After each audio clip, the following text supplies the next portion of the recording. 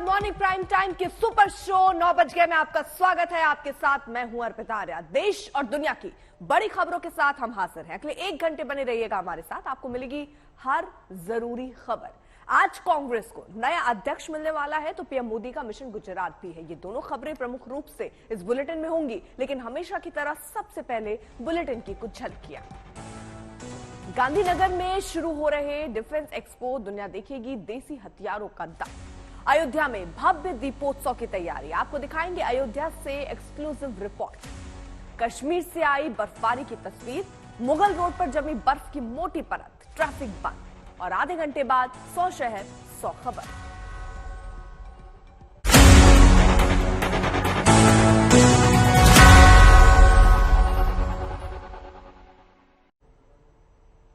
Bulletin की शुरुआत इस वक्त की बड़ी राजनीतिक खबर से। हिमाचल प्रदेश के लिए बीजेपी ने अपनी पहली सूची जारी कर दी है।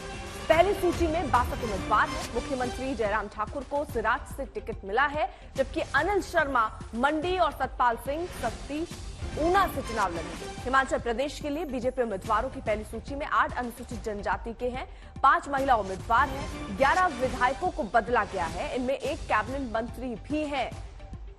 तो मुख्यमंत्री जयराम ठाकुर सिराज सीट से उम्मीदवार हैं, सतपाल सत्ती ऊना से उम्मीदवार होंगे।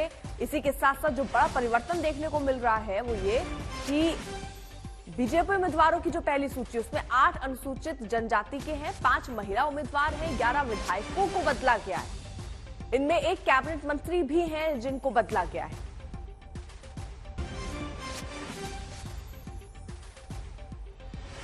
हिमाचल के लिए बीजेपी की पहली लिस्ट सामने आ चुकी है। सीएम जयराम ठाकुर सिराज ठीक सीट से उम्मीदवार होंगे। हालांकि पहले कयास लगाए जा रहे थे कि जल्द ही बीजेपी की लिस्ट आ जाएगी, लेकिन एक लंबा इंतजार यहां पर देखने को जरूर मिला।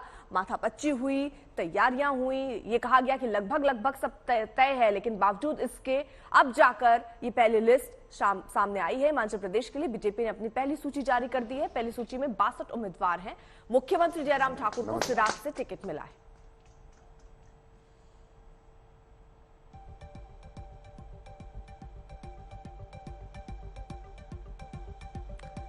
तो हिमाचल प्रदेश के लिए बीजेपी उम्मीदवारों की पहली सूची में 8 अनुसूचित जनजाति के हैं, 5 महिला उम्मीदवार हैं, 11 विधायकों को बदला गया, इनमें एक कैबिनेट मंत्री भी हैं। हालांकि इससे पहले कांग्रेस ने भी अपनी वो लिस्ट जारी की, जिसमें ये उम्मीद की जा रही थी कि हो सकता है कांग्रेस से पहले बीजेपी अपनी लिस्ट जारी कर दे, लेकिन अब जाकर बीजेपी ने अपनी सूची सामने रखी है, जिसमें 5 महिलाएं हैं। 62 उम्मीदवारों को बीजेपी की पहली सूची में शामिल किया गया है और इसमें जो कुछ परिवर्तन देखने को मिल रहे हैं वो ये कि 11 विधायकों को बदला गया है, एक कैबिनेट मंत्री है जो बदला गया है, अनुसूचित जनजाति के 8 प्रत्याशी को टिकट मिला है। तो पहली लिस्ट बीजेपी की आ चुकी है। 5 महिलाएं इस पहली सूची में नजर आ रही हैं। 62 उम्मीदवार टोटल, मंडी से अनिल शर्मा और ऊना से सतपाल सत्ती।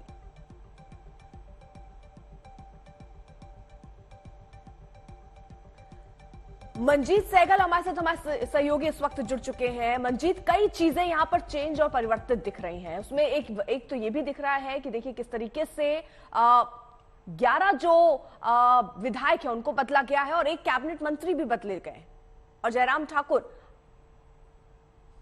देखिए, जो भारतीय जनता पार्टी की टिकट सूची आई है उसमें कई पहलुओं पर गौर किया गया है और काफी माथापच्ची की गई है। 3 बार सर्वे हुए हैं और सर्वे में बार बार यही देखा गया है कि विनेबिलिटी को आधार बनाया जाए।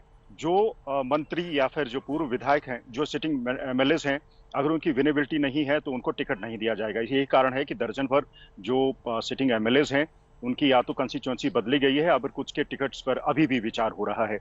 जातीय और क्षेत्रीय समीकरण बिठाने की इसमें भरपूर कोशिश की गई है। और देखिए, भारतीय जनता पार्टी की रणनीति के मुताबिक भारतीय जनता पार्टी की लिस्ट ठीक कांग्रेस की सूची के बाद आई है और विचार किया गया है कि कौन सा जो उम्मीदवार है वो चुनाव जिता सकता है। जैसा कि आपको मालूम है कि भारतीय जनता पार्टी के राष्ट्रीय अध्यक्ष हों या फिर केंद्रीय मंत्री अनुराग ठाकुर हों, ये सभी हिमाचल प्रदेश से इनका ताल्लुक है और भारतीय जनता पार्टी ने मिशन रिपीट शुरू किया है।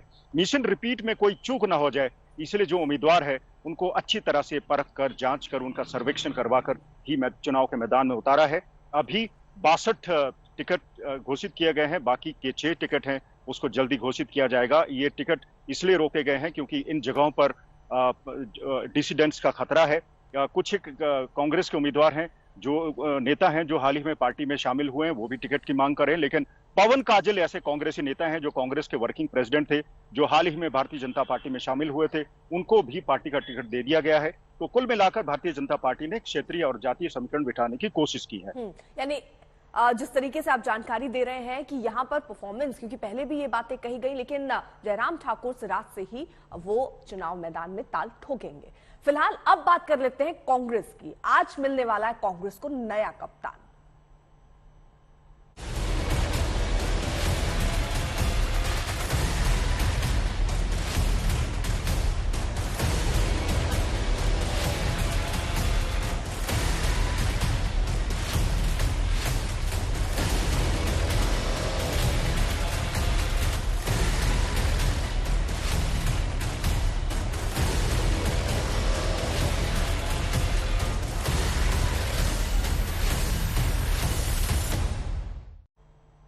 बस कुछ घंटे का इंतजार और साफ हो जाएगा कि नया कांग्रेस अध्यक्ष कौन होगा। कौन वो चेहरा होगा जो पार्टी के भविष्य को संवारेगा। अध्यक्ष पद के चुनाव के लिए हुए मतदान के बाद करीब 1 घंटे बाद अब वोटों की गिनती शुरू होने जा रही है। मुकाबला खड़गे और थरूर में है। पूरे 24 साल बाद कांग्रेस अध्यक्ष गांधी परिवार से बाहर का होगा। तो सुबह 10 बजे से मतगणना शुरू हो जाएगी कांग्रेस मुख्यालय पर। ये वोटों की गिनती होनी है। इसके लिए जिस तरीके से अलग अलग बूथ बनाए गए थे, वहां पर मतदान हुआ और अब आज वो घड़ी, वो समय जब चयन हो जाएगा, चुन लिए जाएंगे अध्यक्ष कांग्रेस पार्टी के। दिलचस्प तो यही है कि इस बार 2 दशक बाद गांधी परिवार से बाहर का कोई सदस्य अध्यक्ष बनेगा। इससे पहले याद होगा आपको, सीताराम केसरी ऐसे अध्यक्ष थे जो गांधी परिवार से नहीं थे।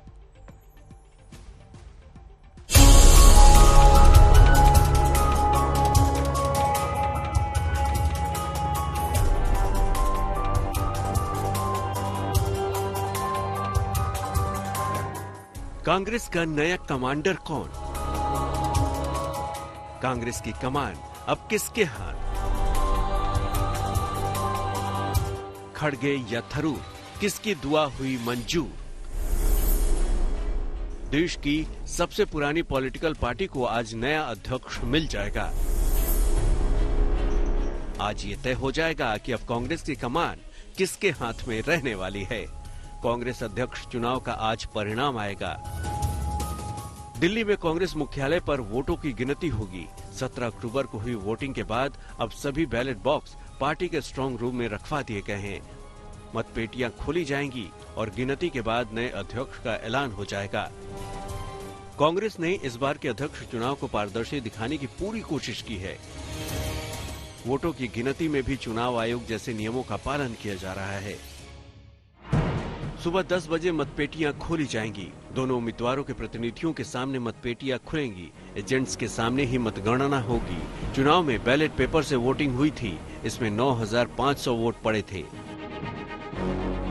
कांग्रेस इलेक्शन कमेटी के अध्यक्ष मधुसूदन मिस्त्री ने दावा किया है कि अध्यक्ष चुनाव निष्पक्ष और पारदर्शी है, लेकिन शशि थरूर ने इस पर सवाल उठाए हैं। थरूर ने कहा है कि चुनाव में लेवल प्लेइंग ग्राउंड नहीं मिला। उनका आरोप है कि जब वो प्रचार करने राज्यों में गए तो प्रदेश कांग्रेस अध्यक्ष उनसे नहीं मिले, जबकि खड़गे के लिए सब तैयार बैठे थे। कांग्रेस पार्टी में आखिरी बार अध्यक्ष का चुनाव साल 2000 में हुआ था। उस वक्त सोनिया गांधी रिकॉर्ड मतों से जीतकर पार्टी अध्यक्ष बनी थी। सोनिया ने जितेंद्र प्रसाद को करारी शिकस्त दी थी। इस बार का अध्यक्ष चुनाव भी बेहद खास है। दोनों उम्मीदवार गांधी परिवार से बाहर के हैं। अगर खड़गे चुनाव जीतते हैं तो पार्टी को 52 साल बाद दलित अध्यक्ष मिलेगा। साल 1971 में जगजीवन राम पहले दलित नेता थे जो कांग्रेस अध्यक्ष की कुर्सी तक पहुंचे थे। देश की सबसे पुरानी पार्टी कांग्रेस के लिए आज का दिन इतिहास के पन्नों में दर्ज होना तय है। दशकों से गांधी नेहरू परिवार के साये में रही पार्टी आज करीब 24 साल के बाद गांधी परिवार की छाया से बाहर चली जाएगी।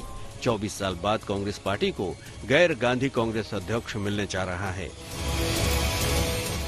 आज तक ब्यूरो।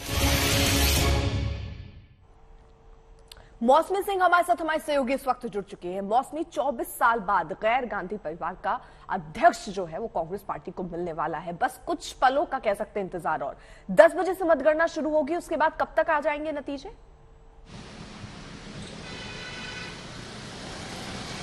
देखिए, जिस तरह से सोनिया गांधी कांग्रेस अध्यक्षा ने कहा था 2 दिन पहले जब वोटिंग हो रही थी कि मुझे इस दिन का एक लंबे समय से इंतजार था, तो कहीं ना कहीं कांग्रेस अपने ओर से एक संदेश अपने विरोधियों को दे रही है। और यही वजह है कि इस पूरे दिन के मायने कई ज्यादा हो जाते हैं, क्योंकि अपनी वैधता, अपने वजूद को दोबारा स्थापित करने के लिए कांग्रेस के लिए ये चुनाव बेहद ज्यादा जरूरी थे।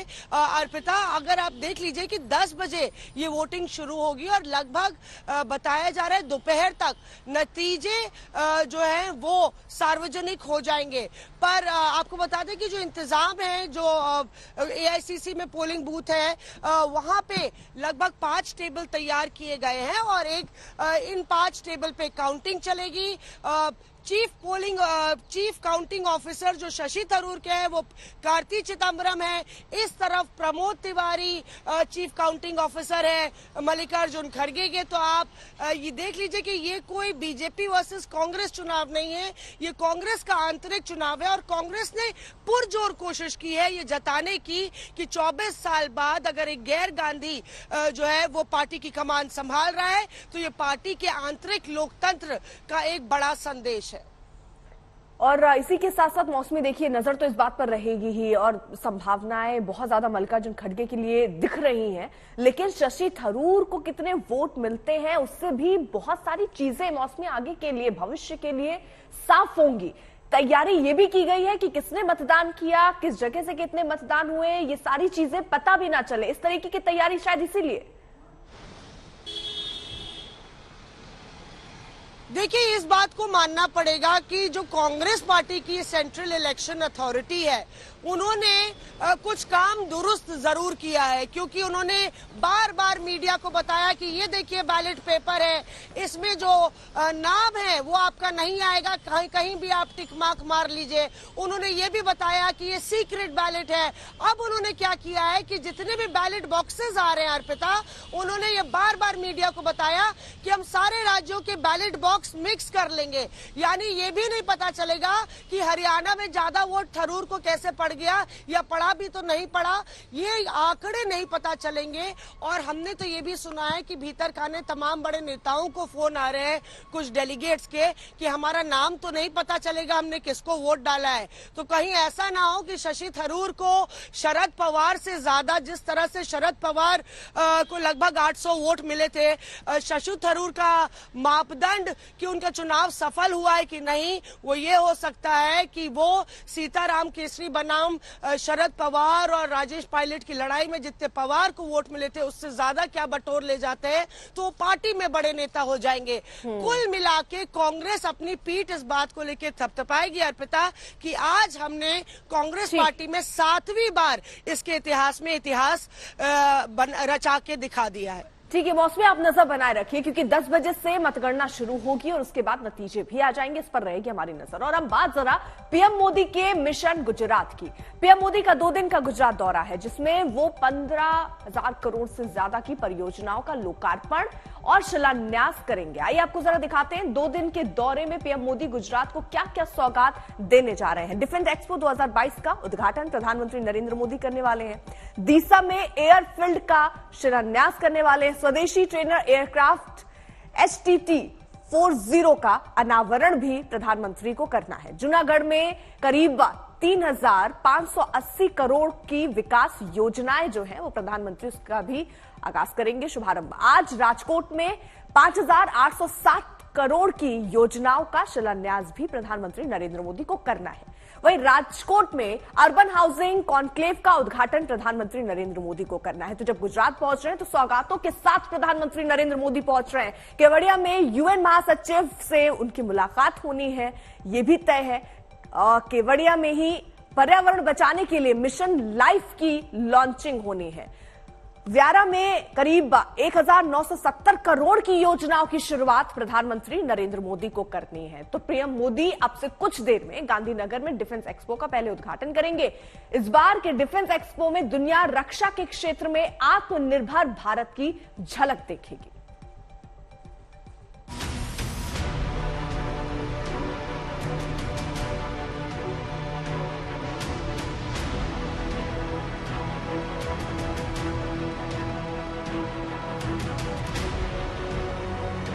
ये है आत्मनिर्भर भारत की शक्ति का प्रदर्शन।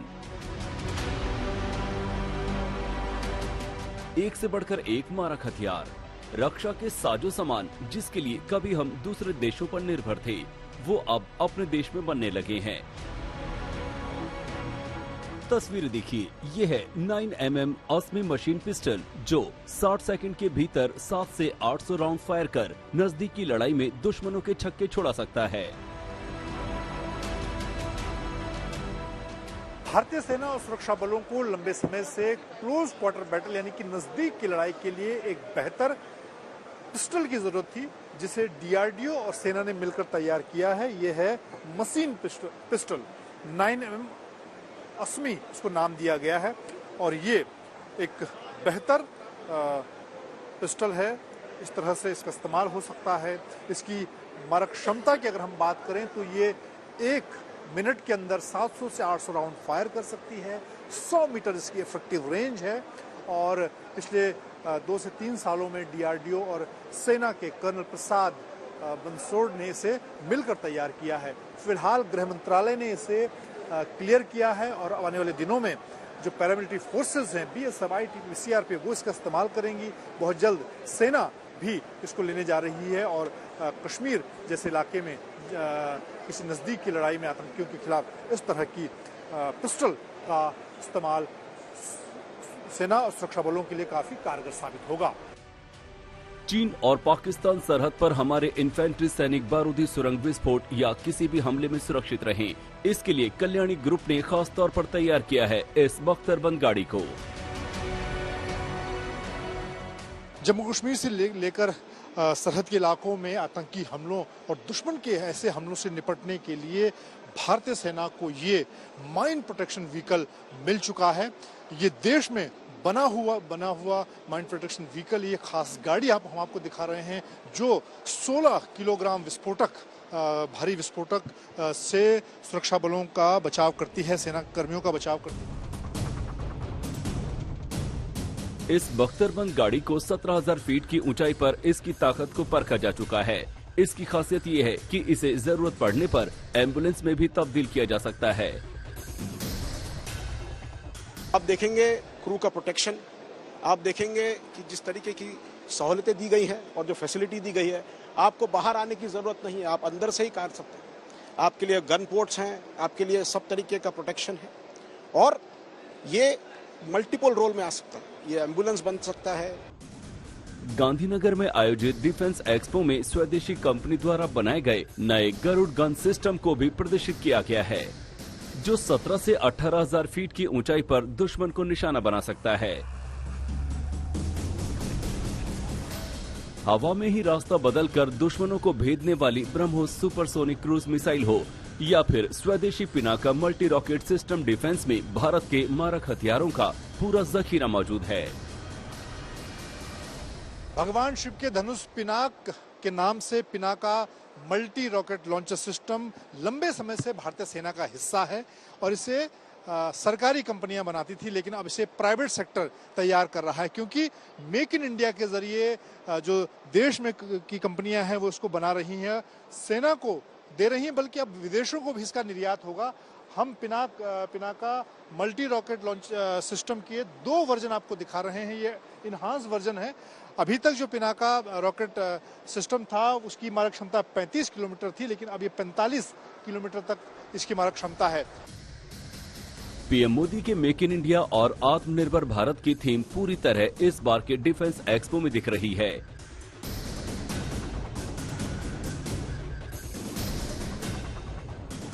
इस साल के डिफेंस एक्सपो की खासियत भी यही है कि इसमें सिर्फ या तो स्वदेशी कंपनियां हिस्सा ले रही हैं या फिर वो विदेशी कंपनियां यानी OEM, जिनका या तो किसी भारतीय कंपनी से जॉइंट वेंचर है या फिर उनकी सहायक या सब्सिडियरी कंपनी भारत में है। मंजीत नेगी, गांधीनगर, आज तक। सौरभ वक्तानिया हमारे साथ हमारे सहयोगी इस वक्त जुड़ चुके हैं। सौरभ, क्योंकि अब से थोड़ी देर में ही डिफेंस एक्सपो का उद्घाटन प्रधानमंत्री नरेंद्र मोदी को करना है, किस तरीके की तैयारियां आप वहां पर देख रहे हो और आगे और कौन कौन से कार्यक्रम प्रधानमंत्री नरेंद्र मोदी के रहने वाले हैं?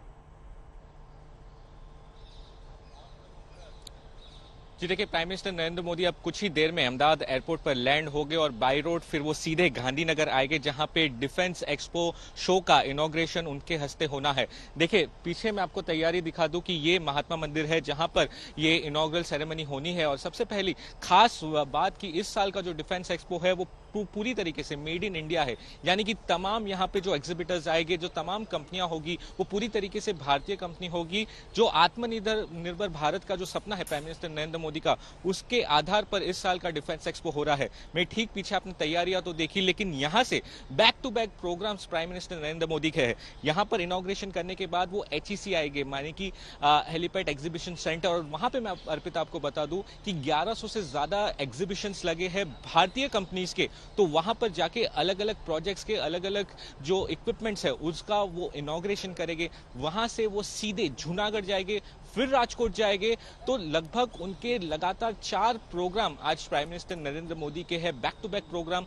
पॉलिटिकली अगर जो मैं बोलूं तो पॉलिटिकली भी काफी इंपॉर्टेंट है, क्योंकि जूनागढ़ और राजकोट के जो हिस्से है वो कहीं ना कहीं बीजेपी लूज कर रही थी। 15,000 से ज्यादा करोड़ के जो प्रोजेक्ट्स है उसकी सौगात आज गुजरात को मिलने वाली है। नजर बनाए रखिए। तो जैसे प्रधानमंत्री नरेंद्र मोदी वहां पहुंचते हैं वो तस्वीरें भी हम आप तक पहुंचाएंगे, लेकिन इस बीच आपको बता दें शोपियां में कश्मीरी पंडित पूरन कृष्ण भट्ट की हत्या करने वाले हाइब्रिड आतंकी इमरान बशीर को उसके साथी आतंकियों ने ही मार डाला है। और जानकारी तो ये मिल रही है कि इमरान के साथ सुरक्षा बल दूसरे आतंकी के खिलाफ ऑपरेशन करने पहुंचे थे और तभी वहां छिपे आतंकियों ने अचानक गोलीबारी शुरू कर दी, जिसमें इमरान मारा गया।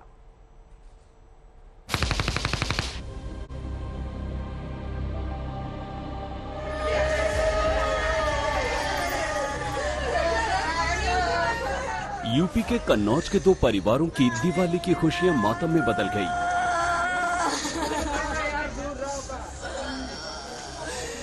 घर का कमाऊ शख्स जम्मू कश्मीर के शोपिया में आतंकियों के ग्रेनेड हमले का शिकार हो गया। पुलिस और सुरक्षा बल के जवानों ने तत्परता दिखाते हुए ग्रेनेड हमले में शामिल लश्कर के हाइब्रिड आतंकी इमरान बशीर को दबोचने में तो कामयाब रही, लेकिन गिरफ्तारी के चंद घंटे के भीतर बशीर खुद आतंकी की गोली का शिकार हो गया। जम्मू कश्मीर पुलिस के मुताबिक शोपिया हमले में शामिल बशीर को लेकर पुलिस और सुरक्षा बल के जवान आतंकी अड्डों पर छापेमारी करने निकले थे।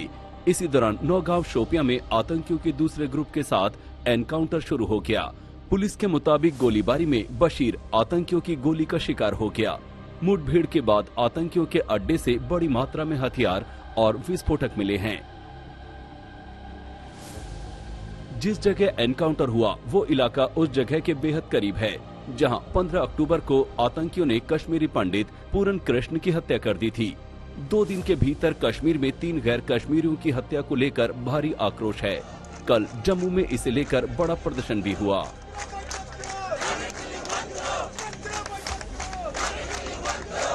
कश्मीर में टारगेट किलिंग की बढ़ती आतंकी वारदात को देखते हुए घाटी में काम करने वाले कश्मीरी पंडित खुद को सुरक्षित जगहों पर ट्रांसफर करने की मांग कर रहे हैं।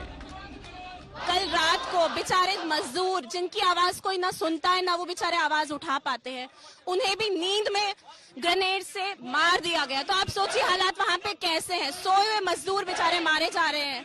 हम कश्मीरी हिंदू पंडित जो कब से प्रोटेस्ट पे लगे हुए हैं, हम आपसे सिर्फ इतना मांग रहे हैं कि हमारी जानों को बचा लीजिए। हम आपसे ज्यादा कुछ नहीं मांग रहे, क्योंकि हमें भी जीने का हक है। टारगेटेड किलिंग्स हो रही है, मैं सिर्फ अपनी जान की भीख मांग रही हूँ जो मेरा हक है। तो प्लीज हमारी जानें बख्श दीजिए, हमें बचा लीजिए, हमें रिलोकेट कर दीजिए। जम्मू कश्मीर में आतंकवाद पर लगाम लगने के बाद टारगेट किलिंग गैर कश्मीरियों खासकर प्रवासियों के मन में खौफ पैदा कर रही है। एक तरफ प्रवासियों को वोटिंग की ताकत से लैस किया जा रहा है और दूसरी तरफ उनकी जान पर ही खतरा। सरकार और सुरक्षा एजेंसियों के लिए ये बड़ी चुनौती है। जम्मू से सुनील जी भट्ट के साथ आज तक ब्यूरो।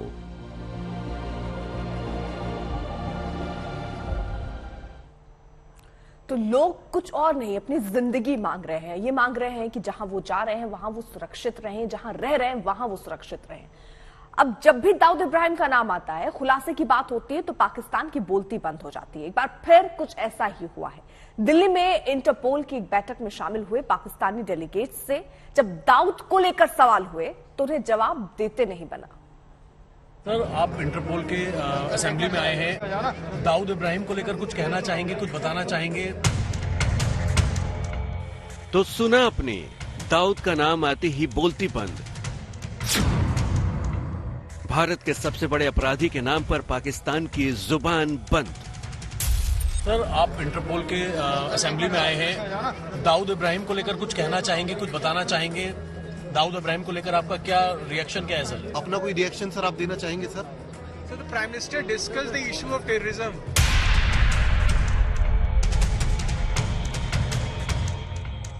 मौका था इंटरपोल की बैठक का, जो इस बार दिल्ली में हो रही है। इस बैठक में 195 देशों के प्रतिनिधि शामिल हैं। बैठक 21 अक्टूबर तक चलेगी। इस बैठक में पाकिस्तानी डेलीगेट्स भी दिल्ली आया हुआ है। सर, आप इंटरपोल के असेंबली में आए हैं, दाऊद इब्राहिम को लेकर कुछ कहना चाहेंगे, कुछ बताना चाहेंगे? आज तक संवाददाता ने जब दाऊद इब्राहिम के बारे में पाकिस्तानी प्रतिनिधि मंडल से पूछा तो उनकी हवाइयां उड़ने लगी। सर, आप इंटरपोल के असेंबली में आए हैं, दाऊद इब्राहिम को लेकर कुछ कहना चाहेंगे, कुछ बताना चाहेंगे? दाऊद इब्राहिम को लेकर आपका क्या रिएक्शन क्या है सर? अपना कोई रिएक्शन सर आप देना चाहेंगे sir? So the Prime Minister discussed the issue of terrorism. Pakistani प्रतिनिधि मंडल दाऊद इब्राहिम के सवाल पर चुप्पी साध गया। दाऊद इब्राहिम भारत का मोस्ट वांटेड अपराधी है। सिर्फ भारत का ही नहीं, वो इंसानियत का दुश्मन है। 1993 मुंबई ब्लास्ट का मास्टरमाइंड है। उसके बारे में समय समय पर ऐसी खबरें आती रहती हैं कि दाऊद पाकिस्तान के कराची में छुपा हुआ है और पाकिस्तान की सरकार उसे प्रोटेक्शन दे रही है।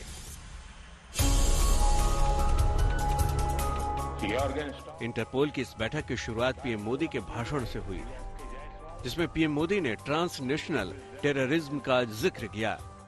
When threats are global, the response cannot be just local. It is time, and it is high time, that the world comes together to defeat these threats. Friends, India has been combating transnational terrorism for several decades. Long before the world woke up to it, we knew the price of safety and security.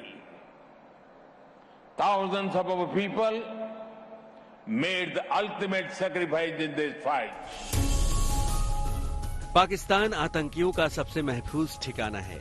दुनिया के मंचों पर वो ऐसा दिखाने की कोशिश करता है कि आतंकवाद का सबसे बड़ा पीड़ित वही है, लेकिन सच्चाई ये है कि पाकिस्तान आतंकवाद का प्रोड्यूसर है। न सिर्फ प्रोड्यूसर है, बल्कि वो ग्लोबल एक्सपोर्टर भी है। पाकिस्तान से आए आतंकियों ने भारत में समय समय पर खूनी वारदातें की। प्रधानमंत्री मोदी ने दुनिया भर से आए प्रतिनिधियों को बताया कि क्रॉस बॉर्डर टेररिज्म ने कैसे मानवता का नुकसान किया। आज तक ब्यूरो। बात गुजरात की सियासत की, जिसमें अब सीबीआई की एंट्री हो चुकी है। आम आदमी पार्टी सीबीआई की छापेमारी का मुद्दा बनाकर गुजरात की सियासत में उतरी, जहां सिसोदिया ने बीजेपी पर जमकर निशाना साधा।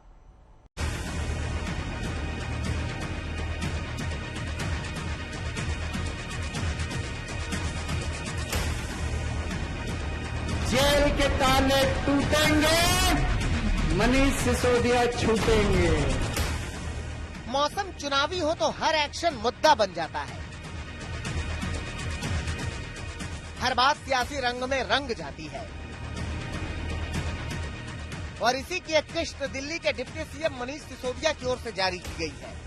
एक्साइज पे बात हुई, लेकिन मुझे आश्चर्य हुआ कि वहां भी साइड में मुझ पर दबाव बनाया गया कि आप छोड़ दो, आप में क्यों हो। मैंने कहा क्यों? बोले ये केस आपके ऊपर ऐसे चलते रहेंगे, नहीं तो। मैंने कहा इस केस में तो है नहीं, ये तो खत्म हो जाएंगे। सीबीआई के ऑफिसर्स, ऑफ कोर्स सरप्राइज होगा लोगों को अगर सीबीआई प्रेस रिलीज जारी करेगी, हाँ जी हमने ऑपरेशन लोटस किया था, लेकिन एक्साइज पॉलिसी पे कहीं फोकस नहीं है। एक्साइज पॉलिसी में कहीं कोई करप्शन नहीं है, एक्साइज पॉलिसी में कहीं कुछ नहीं मिल रहा है उनको। ये बात कल की पूछताछ से ये और साबित हो गई मेरे सामने कि सब पूरी तरह से फर्जी मनगढ़ंत कहानियां बनाई हुई हैं। कि आप किस चक्कर में पड़े हो, ये एफआईआर ये तो सब आपको लंबी चलेंगी, आप छोड़ दीजिए। अब मेरे डिस्क्लोज करेंगे आप किन लोगों ने ये किया? अब वहाँ इतने सारे मैं तो किसी को जानता नहीं, वहाँ सीबीआई हेडक्वार्टर में कौन कौन है वो तो ये लोग बताएंगे इन्होंने किसको वो काम दे रखा है। दिल्ली में सीबीआई ने मनीष सिसोदिया से 9 घंटे पूछताछ की तो गुजरात में सिसोदिया की एंट्री इसी मुद्दे के साथ हुई। जहां वो घूम घूम कर सीबीआई की कहानी बताने लगे। सीबीआई जैसी जांच एजेंसी के ऊपर जब विशुद्ध राजनीतिक आरोप लगाए गए तो सीबीआई को भी बयान जारी करना पड़ा। सीबीआई ने कहा कि मनीष सिसोदिया से सिर्फ एफआईआर में दर्ज आरोपों और बरामद सबूतों पर पूछताछ हुई है। मनीष सिसोदिया के बयानों को सत्यापित किया जाएगा, फिर आगे की कार्रवाई होगी। मनीष सिसोदिया के आरोपों का सीबीआई पुरजोर तरीके से खंडन करती है। मामले की जांच आगे भी कानून के मुताबिक जारी रहेगी। तो फिर क्या था, बीजेपी और आम आदमी पार्टी के नेता इस जंग में कूद गए। देखिए, आज तक आपने विश्व में कभी किसी भ्रष्टाचारी को सुना है कि वो इंट्रोगेशन के बाद बाहर आता है और कहता है कि मैं भ्रष्टाचारी था, मुझसे गलती हो गई? वो यही सब कहता है। और देखिए, ये जो ऑपरेशन है, इस ऑपरेशन का नाम है operation non cooperation. Operation lotus कर करके ही ये लोग सरकार को गिराते तोड़ते हैं। क्या किया इन्होंने महाराष्ट्र में, क्या किया अरुणाचल में, क्या किया आसाम में, क्या किया बंगाल में। ऐसे तमाम नेता जिन पे सीबीआई की जांच चल रही थी, उनको तोड़ा, उनको अपनी पार्टी में लाए। तो इसका सीबीआई का, ईडी का, जांच एजेंसियों का इस्तेमाल करते हैं। वही बात मनीष सिसोदिया ने कही। गुजरात के चुनावी जंग में कांग्रेस थोड़े पीछे नजर आ रही है। ऐसे में वो बीच बीच में अपनी मौजूदगी दर्ज कराने की कोशिश कर रही है। दिल्ली में कांग्रेस के नेता सवाल उठा रहे हैं कि सीबीआई ने सिसोदिया को गिरफ्तार नहीं किया क्योंकि इससे बीजेपी नेताओं की भी पोल खुलेगी। भारतीय जनता पार्टी की बी टीम है। गोवा में हो, उत्तराखंड में, ये कांग्रेस को हराने जाती है। ये कितना भी कुछ बोले, लेकिन इनका उद्देश्य यही है कि और ये कहते हैं कांग्रेस कहाँ है। कांग्रेस पूरे देश भर में है। और भारतीय जो आम आदमी पार्टी है, वो आम आदमी पार्टी नहीं है, एक खास आदमी पार्टी है।